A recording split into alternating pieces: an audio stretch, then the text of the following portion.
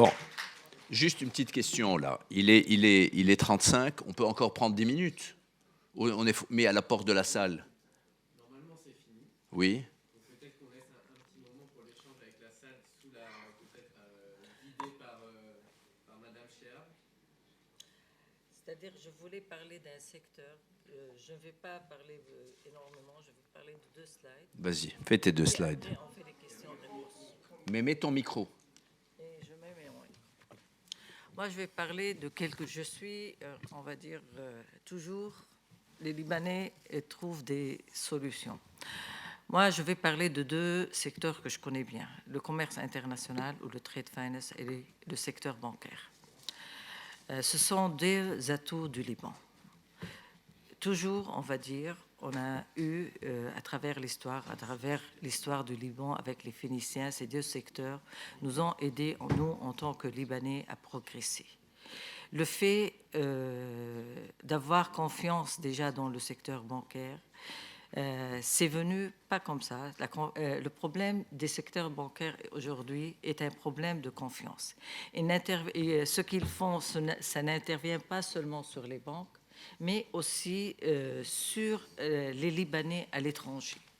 Parce que même les Libanais aujourd'hui à l'étranger, s'ils veulent importer ou exporter, ils n'ont plus les mêmes facilités bancaires. Si un particulier libanais veut aller à une banque pour ouvrir un compte, on ne lui ouvre pas un compte. Et depuis décembre 2019, le Liban n'a plus de corresponding banking. C'est-à-dire, s'il veut ouvrir des crédits documentaires, il a besoin de il paye un cash collatéral pour ouvrir ça. Alors, moi, je propose, je ne vais pas rentrer dans les détails, il y avait toute une information, je propose des solutions. Et la solution, c'est plusieurs choses qui peuvent être ensemble, qui interviennent entre le secteur bancaire et le commerce international. Moi, je crois que le système libre d'échange du Liban est un système qui a donné la force au Liban dedans et dehors. C'est un système particulier qu'il y a eu peut-être quelques déraillements récemment qu'on a entendus, mais il a une histoire. Il a une histoire qui a construit le Liban dedans et qui a construit le secteur bancaire dehors aussi. C'est pourquoi on ne doit pas se perdre dans les coulisses. Je considère que la conformité dans les secteurs publics et privés au Liban doit être de rigueur et que le Libanais à l'étranger, experts dans ce domaine, peuvent être le lien entre leur pays d'origine et les lois internationales dans lesquelles il excelle.